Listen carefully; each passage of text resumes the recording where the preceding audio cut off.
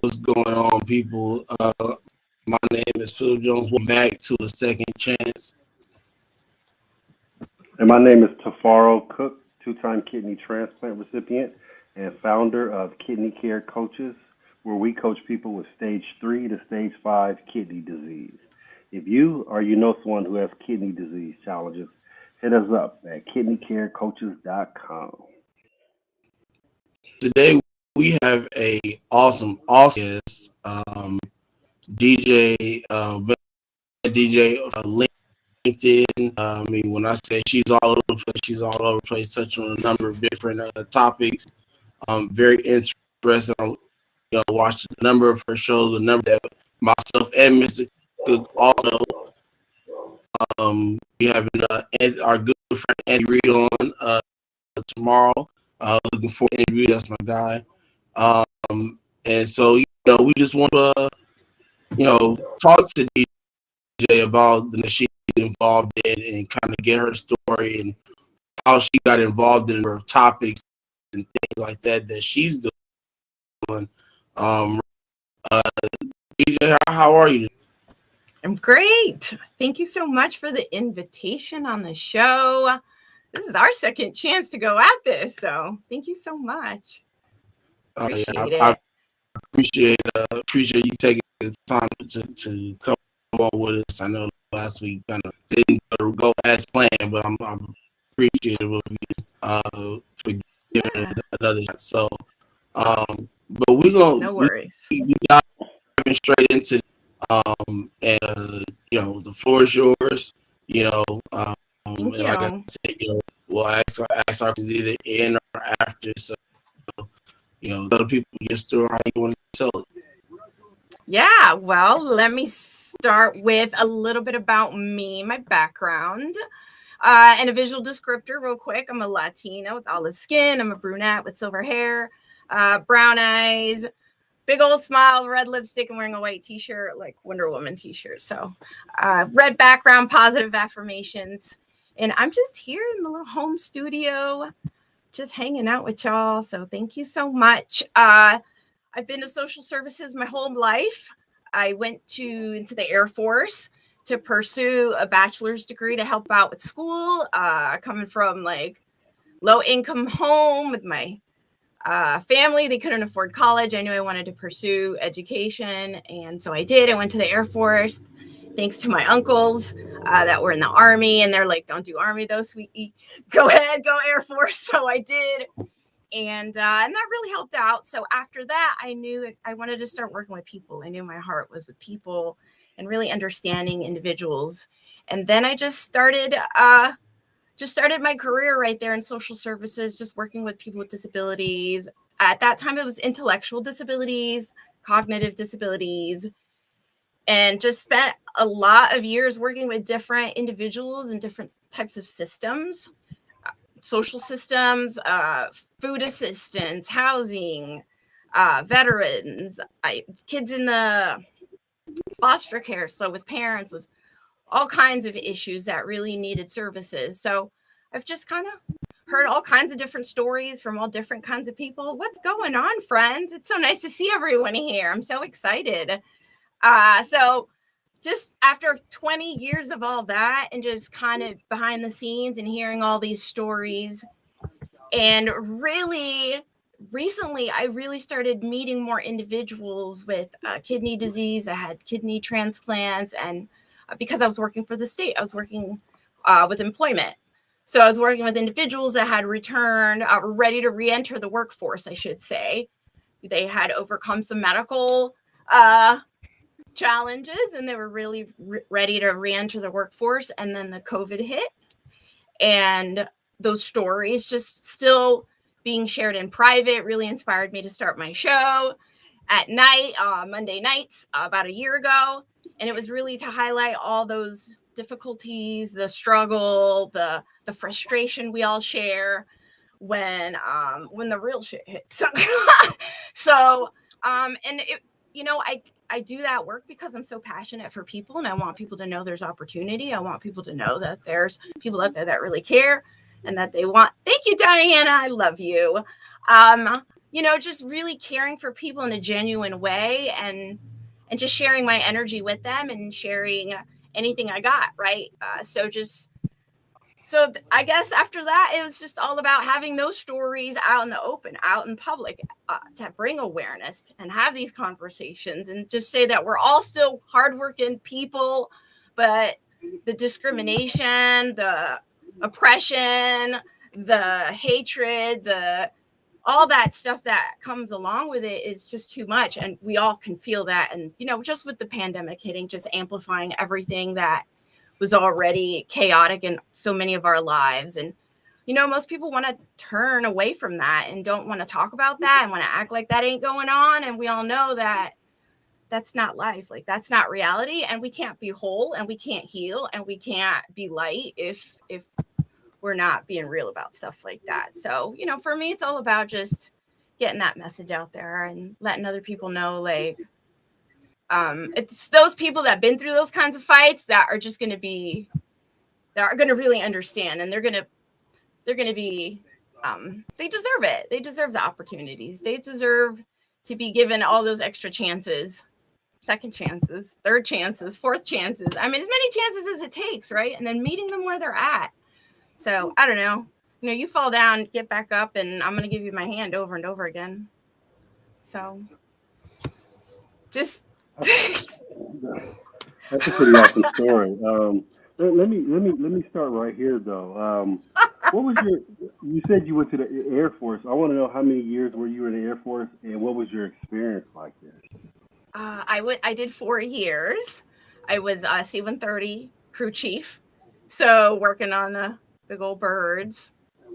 I loved it. I loved being out there working on the machines, but I knew that I didn't want to spend a lifetime working on machines, and that my heart was really, that was just a tool for me to not only give to my country, learn some skills, right? Learn some stuff that I should have been learned before, because, the military, sometimes we go to it or we seek out kind of shelter or instruction sometimes because we're lacking that elsewhere. So it was my way of teaching myself maybe a couple things, finding order in my life somehow, and trying to do it not the right way, but just find to do it in a way that would work for me and still represent my family. Right. Proudly. So that was my way of just trying to get to college. What college did you go to after that? I went actually to a very creative school. I was stationed out in Albuquerque, New Mexico, so I was stateside. So I went to the local school there. They changed names, and I don't even think that they're an institution anymore, honestly. So, no, it's just sad that some of those schools lose funding, and it's because it's predominantly like I think it was an art school, and it just wasn't private school. So.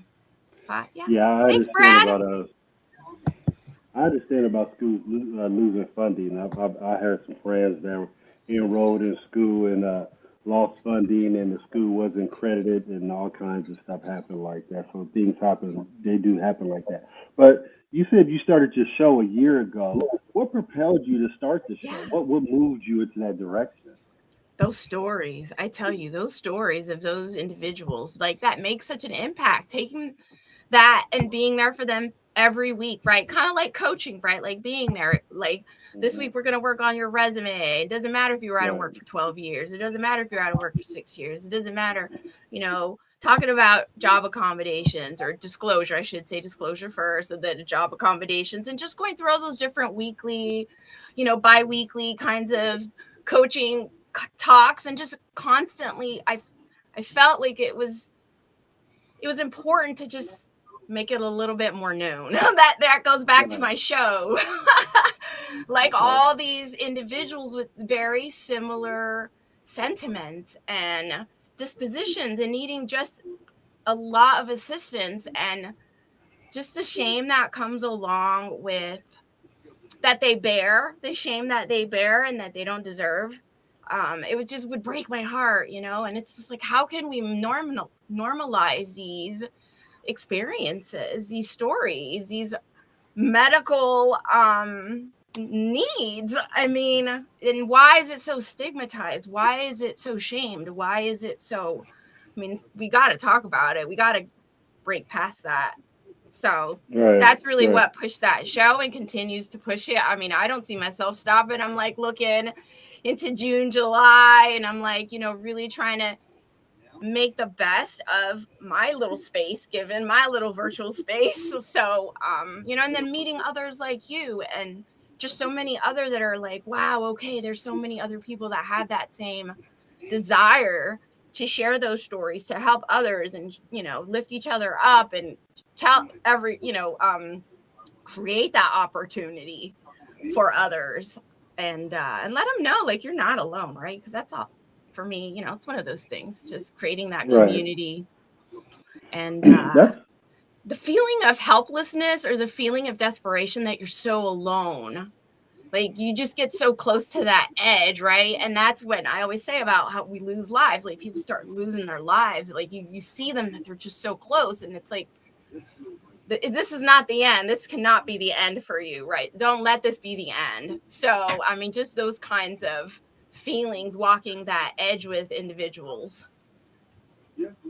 that's very very important. With the reflection coming from that, like a lot of times, myself, Phil, we can talk about dialysis and stuff. In the time, we were on dialysis and things like that, and you do have that loneliness, and somebody like yourself that's helping people bring their stories to alive, if you will.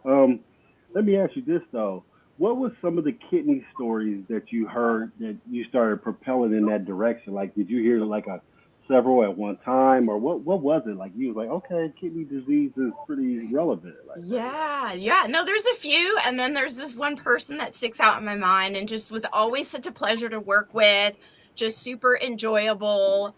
And just the sense of defeat, the with the no, right? Like, oh, that job fell through, or that opportunity fell through. Actually, there was a couple times where I actually knew people on dialysis too, right? Like they were like, listen, I'm just mm, trying to get a job. I'm still trying to like be out there. And there was this one lady, and she applied for a job, and you just, you're sitting there with them and you're just like, you deserve that chance. And they get the news that it's not, they didn't get that opportunity, and you just start running through all those feelings of like, well, why, and then it goes all sour, right? Like we don't have to fall into that, I mean, because it's very real, but you can't let it get to you, right? So it was always like, how can we then create more education, or how can we just create more understanding for these things? So just watching the ongoing uh sidelining. I'm trying to be I careful with got my you. words. Well, you don't have to be careful with your words, but I got you you know, because when it comes to kidney disease, yeah. black and brown are more affected than everybody else with that. So I get where you're going with that. It's affecting our community leaps and bounds and things like that. So Yeah. And that I could was be a working in a challenge. very predominantly like color neighborhood with lots of, like on the east side is more black, on us on the west side is more Hispanic, but we're in Florida, so there's a lot of us, Right. and like you can see the system and what it's doing, and I'm like, oh, it's hard. It's so hard, and it's like, how can we help more? How can we, create more understanding? And again, it just goes back to like, if we can educate on job accommodations and how they can be Right. accommodated a little, with flexibility, or so it just, and again, it's always individualized to the person, but how can we bridge the gap between job seekers and businesses? And part of that was my job as a disability navigator, was really like understanding how you like bridging that need. And you can only do so much, right? Like you can only say so much Yeah. before then you're Right. just like, listen, you're just talking too much, and you're just like, but I'm not like. Right. So I Right. think Right. part of that goes back to having to have that show, and then now as I look back, and it was like I left that position to do this on my own and just pursue something that continues to amplify those voices, and continues to bring not only awareness but encourage more action on, Right. Right. because I mean, we could sit and we could be, I'm aware, but if we're not accepting it and then we're not taking Exactly. action on it, Right. it's just That's kind big right there. What you just said. Being aware and taking action on what you're aware about is two different things. You could be aware, but are you gonna take action on some of these things? Now, when you talk to people who did have kidney disease and they were trying to get jobs and things like that, did they ever talk about some of the physical restraints they had that they couldn't possibly do because of their capabilities and their illness or anything like that? And how'd you help them overcome that to pursue that job? Because that could be challenging at times. I own my own fitness studio when I was on dialysis, and that was challenging in its own. And then I can only imagine people having a challenge physically and then trying to go get a job also. So how'd you help them, and and direct them in the right direction for them, for who they are personally? Yeah, no, it's definitely individualized, understanding first where they're at, their location, right? And really Mhm. what's available in their resources, transportation and support Yeah. systems, right? Because support is Mhm. so important for so many, but especially, you have to have, well, you don't have to have, but we all sure deserve some assistance and some understanding Yeah. in those, like, because that's like a matter of life, right? That is your life. So I guess it's always helping them advocate, right? Understanding how they can be better advocates, understanding where Right. the resources are in the community, possibly having conversations with loved ones, just to see kind of like where they're at, and if we all have toxic people in our families, and might be surrounding us, so just being able to stand up as well to preserve what you got, the energy you got, right? Like sometimes Right. that's part of that help, like, listen, so in order to get over here, uh and the stress mounts up, it gets real hard, so it really matters. It takes so much understanding of the person and their situation, I think. And it seems Yeah. that the more support they have and the more resources they have, it's usually a little bit better. But I mean, if there's lack of transportation, the financial barriers, the Right. medications, and then it's easy to fall, like, get dark. It gets dark quick, you know? Really, it does. And that's Yeah. that's important that you said that. And what people don't understand a lot of times when you are going through kidney disease or dialysis, which is stage 5, or the challenges aren't just living, but it's living with it and coping with it, with your treatment, with the medications and the regimen. I feel personally, when I talk to a lot of people, I think going through kidney disease is one of the hardest regimens, because you have to watch everything you put in your mouth, you have to watch everything you do. You also have to go through your treatment, whether it's peritoneal, hemo, whatever it may be, and you have so many restraints on your life. So to do that and then want to propel yourself to do bigger and better things for yourself can be very, very challenging. Just like Dee said. So that's quite important. And just like you said, Dee, individualizing people.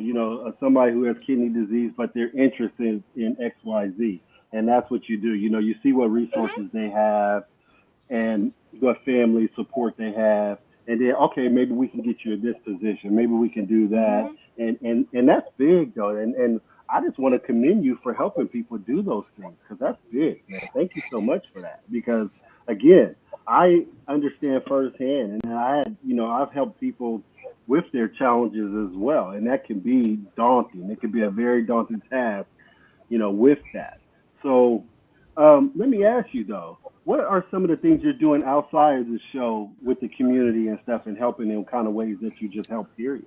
Oh, I'm in a period of transition right now, so I can't really say that I'm out in the community, but I do look forwards towards being networking out in the community, continue to stay partnered with those agencies that are like nonprofits that are still serving the community in some way, hopefully maybe serving on a board, really Uh-huh. staying connected to those that I still met with and had to call and hey, check in with, and hey, you didn't email me, I'm still waiting for that paper, Right. or hey, Right. did you get to work on that resume, or did you make that phone call, right? And I love that. That part of what kept me, in it for so long is that just seeing those steps, baby steps. And I talk about that frequently enough where and I already mentioned meeting them where they're at, but celebrating those small wins, those moments, like you got that done. Good job. You feel good about that. Take Right. that with you. You deserve that. Enjoy that. Savor that moment. Like, don't let anybody come and take that joy away from you right now. You got to call back for a potential interview. All right, now we're going to start preparing for that, right? Little by little. Don't need to be thinking about what happens when I start the job. You can't. So it's just, I think like that for me, it was that kind of work, incremental, individualized. It brought a lot of joy to me, and it still does. So I want to find a way to just continue to do that within the community, but not be now 40-hour government state job, but do Right. it in a lot more creative and freeing, independent way. I got you like that, and you sound like a real creative type of person that doesn't want to have any restraints on you. So you want to do it in the best way you feel that's comfortable, and I get that, man. I really truly understand that, and it sounds like you're a very, very good accountability coach, because you keep people accountable for their actions, and that's amazing right there. That's pretty good. Phil, you want to go to a commercial now? Phil? In a second. I do have a question for you. I wanted to know, pertaining to your show. I'm Yeah. sure that there was a specific reason why you started your show, and I wanted to know, do you feel like you've accomplished those goals that you set up for yourself, and your reasoning of starting your show, or do you think that there's something that you need to do to get to that point? Oh, that's a good question. Okay. So I'm going to start with being grateful for what's already been I've accomplished. I'm so grateful that I've been through my 50 episodes. I'm grateful that I've accomplished 1 year. I'm grateful that I've heard so many stories. People have accepted, shared their time, shared their experiences with me. So I'm grateful for what I've accomplished already. I don't ask for more. Now, I've gotten opportunities that have come without me. So people, for a long time, it was like, well, you know, when you're networking with someone, they're like, oh, what do you need? What do you need? And I'm like, I don't really need anything. I have a job. Right. And it was me really like doing it because it was about the show and the stories and the people and really creating like community in the sense where having individuals like start to kind of say, you know, we can't ignore this no more. And, you know, it's probably a lot more people that I know that have a disability and I don't even realize, or, you know, have these different intersections that we're all so complex and there's so many layers to us. So maybe I should kind of start to, right? You just want to have people gain insight, right? That ultimately is gain their own insight and their own understanding and really take that action that we're talking about. Because you can't force people to do anything, but if you're kind of helping them understand the stories of others and saying, oh, you know what, like that kind of reminds me of something maybe my auntie went through, or oh, maybe like sometimes, you know, that light bulb goes off and people feel that connection, like, oh, it makes more sense. So it really continues the conversations therefore. When someone has those moments of awareness and it's like, wow, maybe that's what my son's been going through. And it wasn't what I thought it was. It wasn't this diagnosis, but it was something else, right? Or it's just, it makes me feel like we're really shining some true light on some real issues and people are gaining more insight and more clarity. And so for me, all that I'm grateful for. For the future, I don't look too far into the future. So here's a good story. And I learned this. I can't say I don't know what type of chronic medical. I'm not going to say really what it was, but I remember having one of these conversations with someone, and you know, you do the long term question, like tell me what you want to do in 5 years, or tell me where you want to be in 10 years. And they looked at me and they stopped me and they're like, DeeJae, I don't look that far ahead. Like my life, like this condition does not grant me. Right. And that changed me forever. I'm going to tear up. Like I ask that question so freely, like just anyone can think of their future. So, and then there's other people that are like, no, the condition I have does not grant that. And I'm just like, whoo, that is real. That is so real. So You're right. You know, so it's about now, it's about today, it's about opportunities, really, you know, getting people to where they want to be, what they want, not what I want, not what the system wants, because obviously the system don't do nobody nothing. So I'll just leave that there. But it is, I love teaching people to advocate for themselves and saying, you know, you can't give up. You got to keep going. You know, have you tried this? Have you tried that? What works for you? You know, I haven't been through these chronic issues. I haven't been through these medical issues. I haven't personally been through, but you know, if I can just give a little bit of my energy, a little bit of my, you know, hope, you know, to someone to come back next week. You know, we're going to keep working on this thing. Like you're going to get there. You're on your way. Like feel proud of that. We can work on the here and the now. We don't have to worry about 5 years from now or 10 years. You're right. You know, so I guess that's just kind of like been my new approach lately. It's just really just appreciative for what's going on right now and what presents itself, and not really like taking away from that, but celebrating my own little small moments, I guess, just like I help encourage others to really say that was a win. That was a win, you know? That's true, because a lot of times small wins equal a lot. You know, it's just the small wins that you build on. And a lot of times you have to let people know that you're winning, you know, and point out those wins, because those small wins bring encouragement, keep propelling forward. Yeah. And another thing, just like you said, a comment was in there. She said, my daughter doesn't think far ahead. And that's quite true. You know, my saying was, when I was on dialysis, my saying was, I just want to have a good day.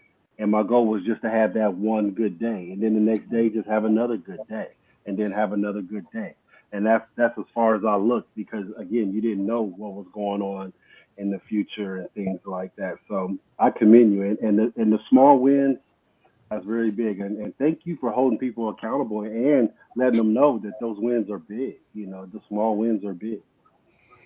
Oh, that's all lessons I've learned through them, right? Through these stories. So I take them seriously. I take them to heart. And so, yeah, it's absolutely important to, I've, I've been taught that. So I appreciate that gift that was, that's been shared or given to me. All right, well, we can go to a commercial real quick, and we'll be right back with DeeJae.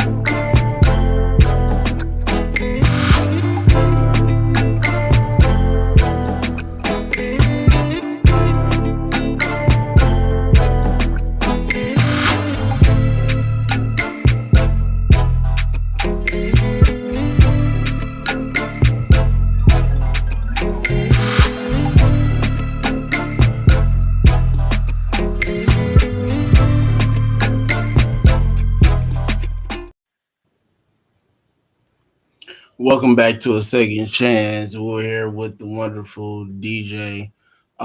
So I have a question for you. Kind of going back to the Air Force, and I know you said you joined kind of mainly for school, and that's understandable. I know other people who join the service for school.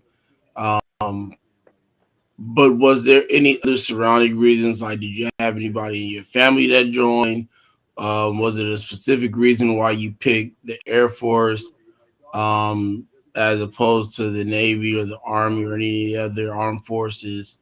And then also to ask that question, were you stationed anywhere? I know you said New Mexico. Were you anywhere else but there, or were you just stationed there for 4 years? Yeah, I was just there and went to school there. And I joined the Air Force because my uncles were like, join the Air Force because they were in the Army. So they they were like, yeah, you'd be better off in the Air Force. That's all. It was just doing, but I did, consider the Army. I did consider the Marine Corps, the Navy. We had some other troops that were in the Navy around, but I was always more partial to the Air Force. I don't know why. I like airplanes. I always liked flying when I was younger. So I think there was just something, I don't know, but I'm sure if my uncles would have said, hey, go Navy, then I would have went Navy. I guess at that time, it was just more that influence of their guidance at the time. Right. I remember at the time, and this was a lot of people gonna be like, "Why did you even try that?" Well, it was because it was something I wanted to do. Like I sent a message before. Yeah. I have a lot of people in my family that are vets. I have some that are active right now. My dad was in the Air Force. My uncle was in the Air Force. My cousin that still lives in Japan to this day was in the Air Force. He's been out there for years. Married, has 3 kids. A number of people have been just in the armed forces in general in my family. So, but so originally my first choice was the Air Force, and I remember I had some questions because you don't know you have questions when you're making that decision and you need answers. Mm-hmm. And so I remember I walked into the recruitment office and I asked the lady whatever question I was trying to ask. I was trying to get some information, and she gave me the worst attitude ever. Like all she kept saying was, "Take the practice test, take the practice test," and I'm like, "Lady, I'm not here to ask you. I'm here to ask you questions about X, Y, Z." She goes, well, "Just take the practice test," and I'm like, "Yeah." So I knew that I wouldn't get out of there without taking it, right? So I just took it. But here's the thing: if you're gonna try to force me into taking a practice test, at least give me all the rules. She didn't even tell me that I was timed in taking these questions. So it was like stuff was cutting off and going to the next section, and I didn't even know I was getting time for it. So when I came back, it was like a super horrible score, right? Oh no. And I was like, this don't even seem right. So I waited a while, and my cousin had just came back from basic training. He was in the army at the time, just started, just joining the army. He came from basic training and things like that, and so he went with me to the Navy recruiting. I said, hey, man, I'm thinking about joining the Navy. Come with me. Now, mind you, this is after my transplant, right? So I'm like, well, I knew the one thing that they were gonna ask was, do you have any missing organs? And excuse my language, I'm a smart ass, so all I kept saying was, I'm not missing any. I just have extras, because like we to far enough, they don't take any out, they just put one in, so you have 3.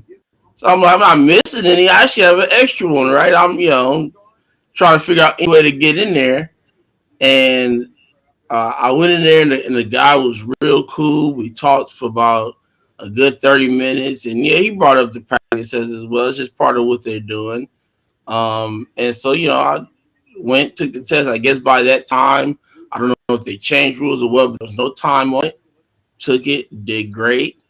And so, we continued talking after that.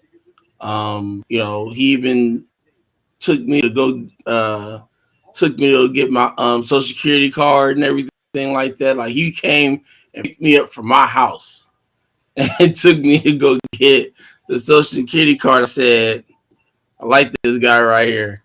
And so, I kept moving forward with it and took the ASVAB, did great on that. But it got to, filling out that paperwork, medical paperwork. And, some of these questions, I think they need to go back through and rewrite and get a little bit more specific because asking a specific question may be the wrong question for some specific person. So when I remember I turned all that stuff in, and I was waiting because he's like, dude, he's like, you probably gonna go with the next, with the next people, so just get ready. And I'm like, yeah, I've been ready, so let's rock. And ended up getting a call from the health, department, within the armed forces, and it was like, nah, like brother, you can't go. And it hurt because again, like I said, my family, a number of people in my family, did this. Read it for did 3 years, 5 years, 20 years, whatever. Wow.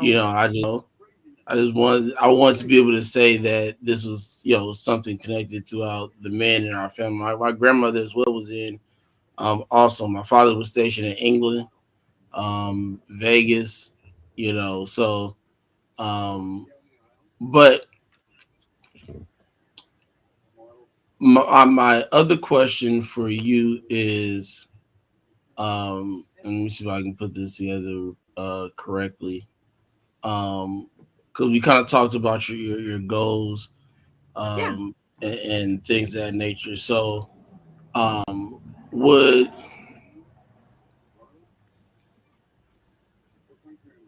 would you say, if nothing else, when it comes to helping and assisting people with your show, do you feel that you're at least accomplishing that part and being able to be, informative, or be able to just get people's story out there to help other Right. people? Yeah. How is that? Oh, that's a good question. So I think as a creator, I'll start with the creator. For me, I want to do a good job. I want to do the best excellence. No, we do. Military values, right? In that sense. So yeah, I want to do a good show. I want to make sure it's informative. I want to make sure you're providing resources. And sometimes it gets hard to do all that. Sometimes it's a lot of work. Like we know that making a show is not easy. So from the creator providing a show with these types of topics, it takes a lot to really like prepare and making sure that you have some sort of information on the topics, on the guest, what's important to them, what is really like the message behind the show, and understanding and knowing that message so you can make sure that you give them a good experience in sharing their story. Oftentimes, it's hard to tell these stories, right? So I mean, we're out here streaming and we're talking about it, and now I'm not sure how long y'all have been kind of doing this, but for me it's only been a year, so really not that long. And I can only imagine other individuals that maybe I approach to be a guest, and they don't really do this as much, and how hard it is. And I'm going to talk a little bit about just Tim, because he was sharing his own story, like finally opening up about his leukemia, which 15 years, and just kind of imagine holding that, right? Like to yourself all that time and just not feeling support from your community. So for me, those shows are important. My show is important. Other shows that get created to have this place of advocacy, because it shows that it's it's it's more prevalent than you think, right? It needs to be out there. It needs to be discussed. People, the information needs to get out.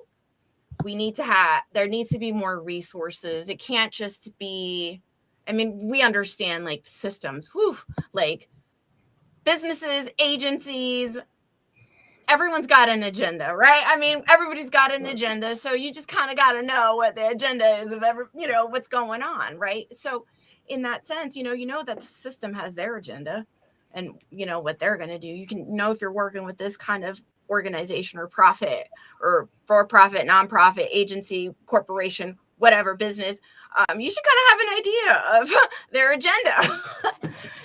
So really it's about just I think I like to talk about finding support, showing that there's diversity out there, in resources and services, in creators, in topics. I've approached a platform recently, a podcasting platform, about adding an area for advocacy for people that have like these types of shows that we're just trying to advocate for these kinds of social issues, these kinds of, because they didn't have that. And so when you're a new creator and you're trying to go into a platform and you're trying to say, okay, where do you fall in? I don't talk about sports. I don't talk about like crime dramas. I don't do like comedy. For me, I'm an advocate. I talk about mental health issues, disability issues. Like, we're talking about social issues, right? Like, how can we change the system to help others to get people what they need, right? Moving beyond like the limitations of government. And we didn't, you alluded to the like marginalized communities, right? And really like the medical disparities and educational. I mean, we could just go on to all these different social systems and constructs that are really interwoven, that I've sat, like, whether it was in this or in this, and it's like we're sitting at the table again, right? Like, you're back at the table. Like, I sat with you at a similar meeting, in the community, like a few years ago, like having these kind of like, right, still in the thick of it with those same community members in those communities. So, you realize like there's a need, and you start to realize like there's more, and it's growing, and I think then it really does serve its purpose. Then it really is causing change. Like, it really is perpetuating action. And so even Alex, right, our wonderful, amazing friend Alex, now like she's incorporating her visual descriptors, right? So it's really like my message is impacting her to be able to really make her stuff accessible for those that are visually impaired. So it just continues to kind of say, wow, and then for me, abundance, right? I want stuff like, hey, I want to make money, but I mean, I want all of us to make money. I want all of us to make money.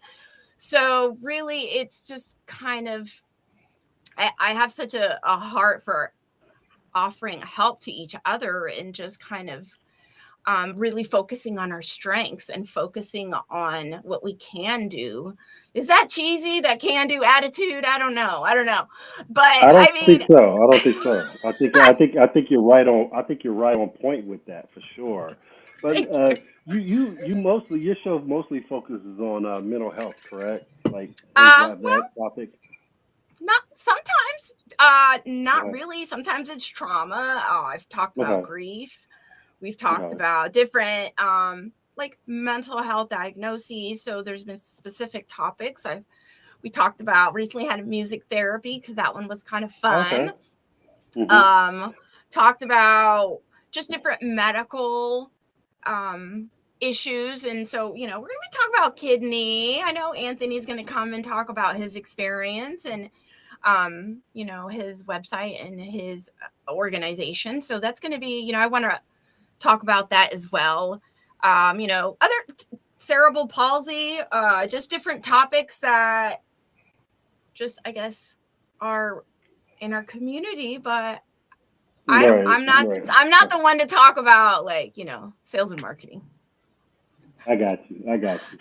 Um, can So, you? I mean, I don't know if you're, can yeah. answer this, but are there like signs like of depression that you can like tell in people or anything like that? Or do Mm. you? I know you don't diagnose, but do you like, okay, these signs? Can you just tell us some Sure. basic little signs when you see people, certain things that you might see if somebody's like, low key depressed? Sure. Well, let's see. I don't really speak from a clinical perspective. Just a So, broad perspective yeah, of from somebody my can, own, yeah, from your own I, experience. yeah, I think I try to stay aware of those key signs, right? Hopelessness, just different expressions of maybe disparity, or, withdrawing, or just, right, when they say these kinds of things that you're kind of saying, well, Hmm. that doesn't.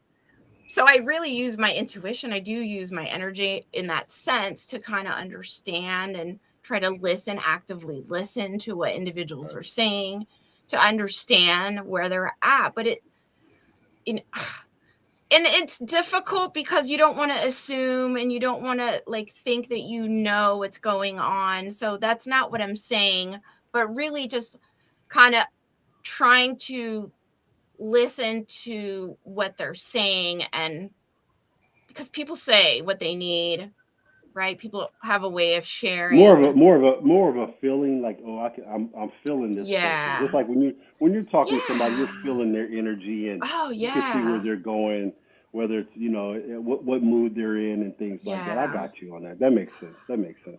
Yeah, that's for me where it's at. I know, and I think that started when I was really, really young, and even that's what I knew. Like, I can't I can't stay in the military really and serve my country. Right. My work is Right. going to be different, and I realized, like, yeah, I'm on the right direction, and I mean, my intuition's been right. So again, I think even to get to the point where I'm at, where I'm able to stream or have a show and have these opportunities to continue to have these conversations and bring awareness or information or share stories, it just, you just never know. And I mean, we've seen the chat how many people have tuned in and stopped by, and they take that away. We don't know what touches someone's heart. We hope that we Right. can kind of Right.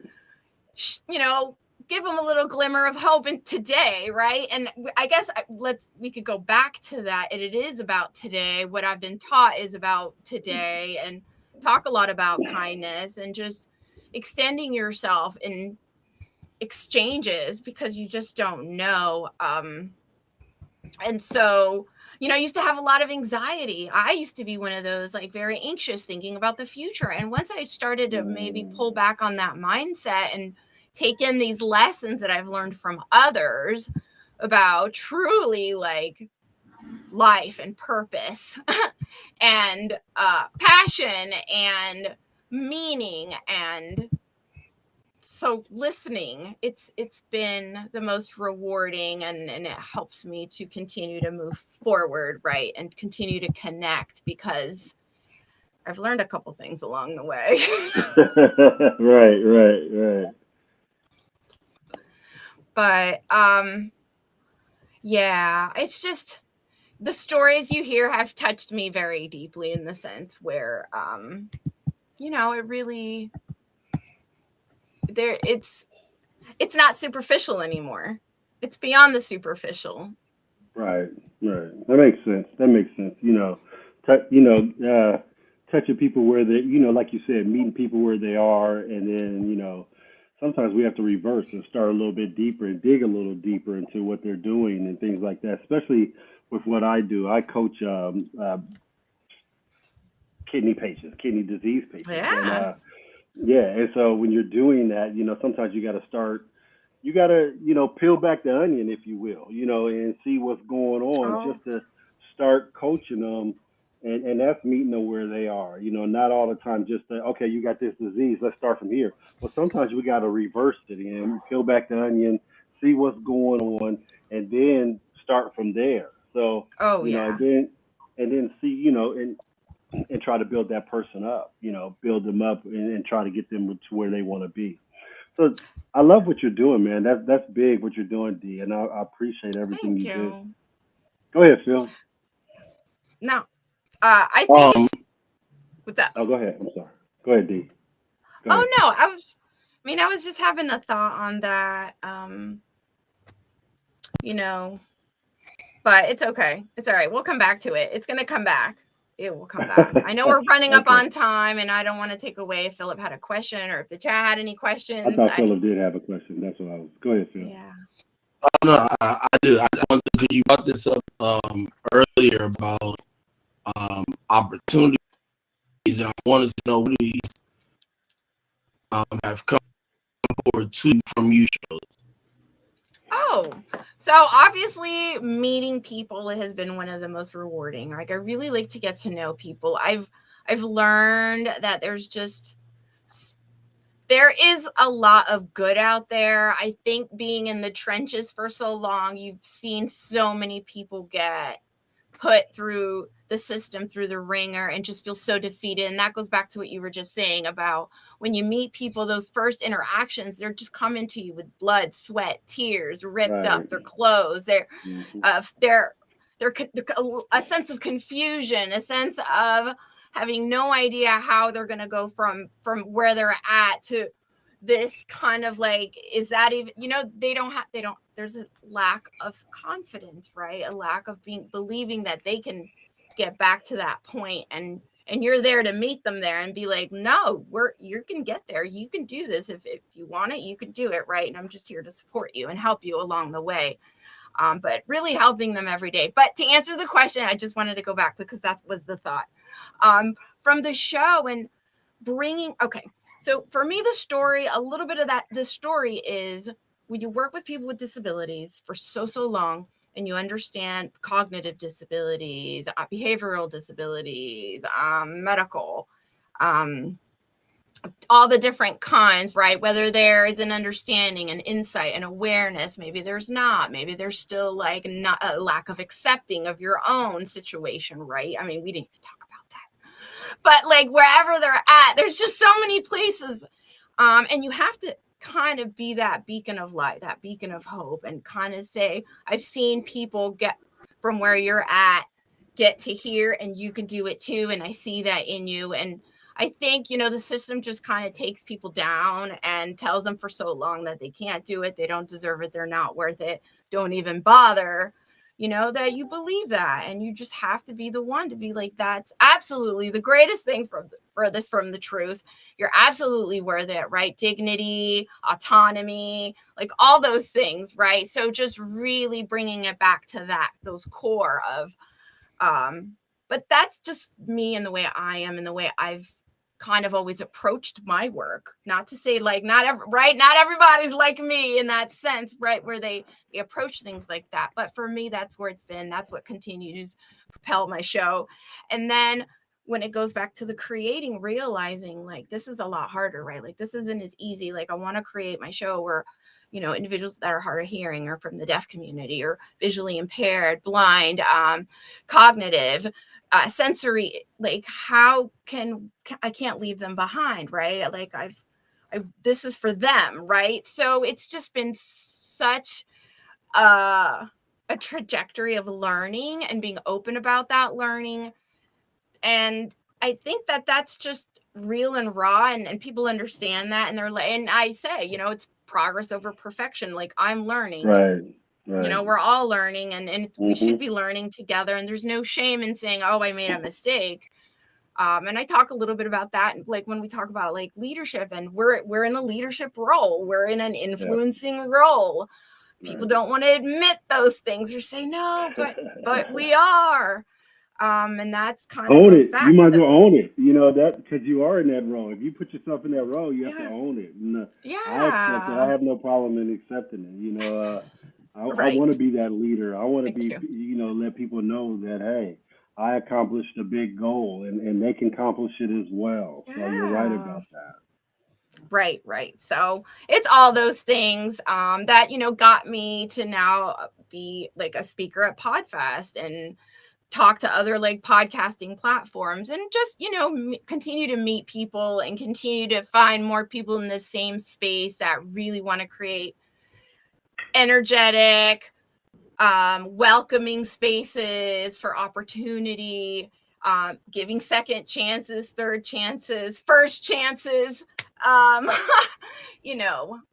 and just those are the people now that I really want to surround myself with, because now I know it's possible to do it in that creative way, to do it in that freeing way, in that independent way. So, kind of just learning and going, right? Learning and going, and just bringing our friends and family right along. I can't leave them behind.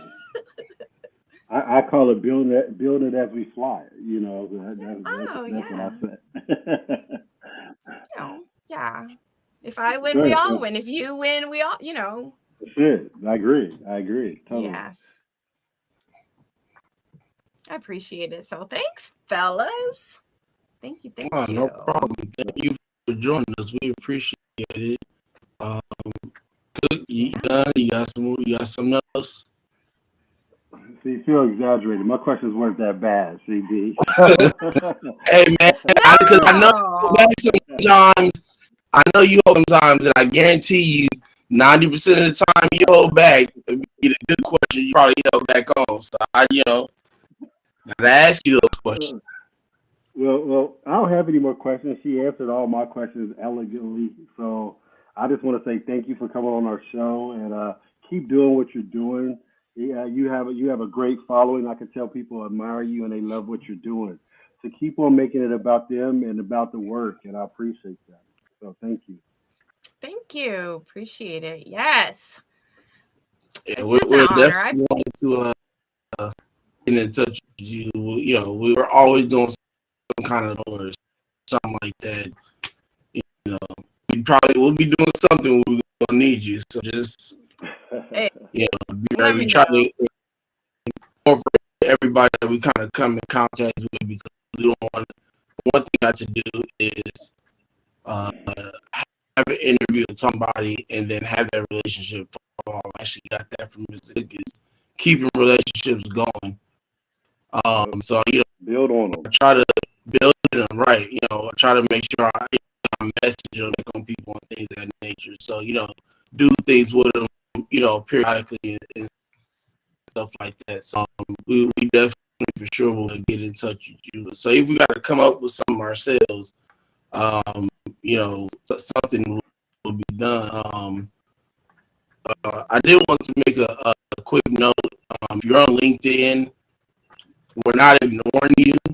Restream just hasn't figured out, not necessarily hasn't figured out, but having at it being able for us as producers to be able to reply to you on that platform yet. I don't know what's going on or anything like that. So those are questions I can't answer. But a lot of you were commenting from LinkedIn, and so I try my best to, at least if nothing else, if it wasn't too long, put you on the screen so you would know that we did see you in your comment. Ashton, I see your comments. I don't know that for LinkedIn people we can't reply. We can only read them, so they come through to us, but we can't reply from here. So what we do to reply is go to our personal page, on our own on the actual LinkedIn website and reply that way. So if you're on DeeJae, she'll to you when she can, when she gets off. If you're on mine, I'll get to you when I can when we get off here as well. So I just want to make that note. I didn't want you guys to think we was just like, oh, we see it, and no one say that to you. Um, Hopefully it gets changed soon. If you have not subscribed yet, please subscribe to our YouTube channel. DeeJae, I believe you said you have a YouTube channel as well. Definitely the handle at the bottom there on the screen. Please subscribe to myself, Yep. DeeJae channel, Second Chance. Also, Kidney Care Coaches. Also check out kidneycarecoaches.com as well. And I think that's about it. I'm going to go out um, with the short commercial. We appreciate you all. We appreciate you of your support. We ask that you continue to love me and support you know, throughout the time that here. So have a great Sunday. Have a great week. We'll see you tomorrow. Moss Cook does Let's Talk. 10 a.m. Pacific time, 1 o'clock Eastern time. So, yeah, thank you, Jay. It was great having you. We appreciate you.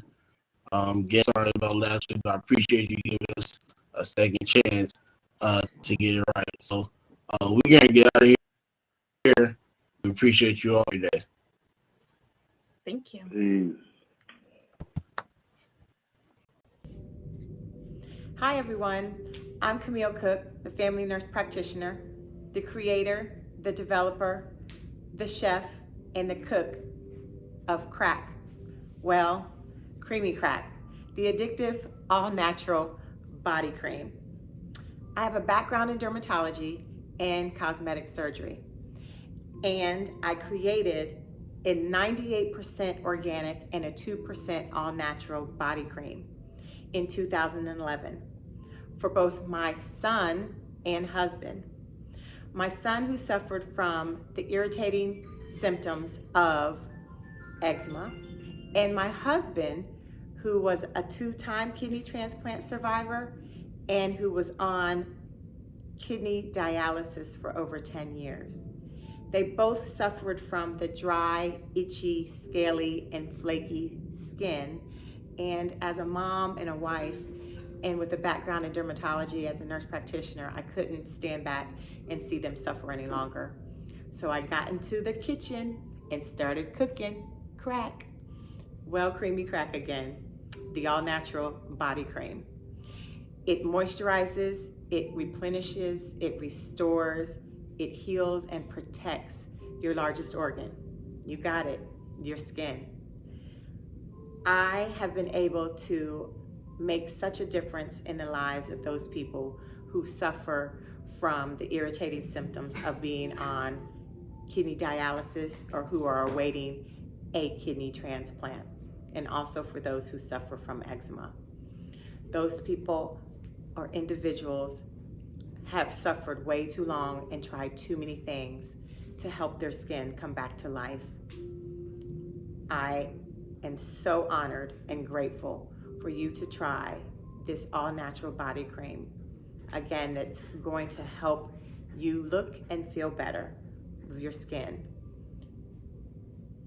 Creamy Crack can be found on all social media platforms at Creamy Crack Body Cream, or it can be purchased at creamycrackbodycream.com.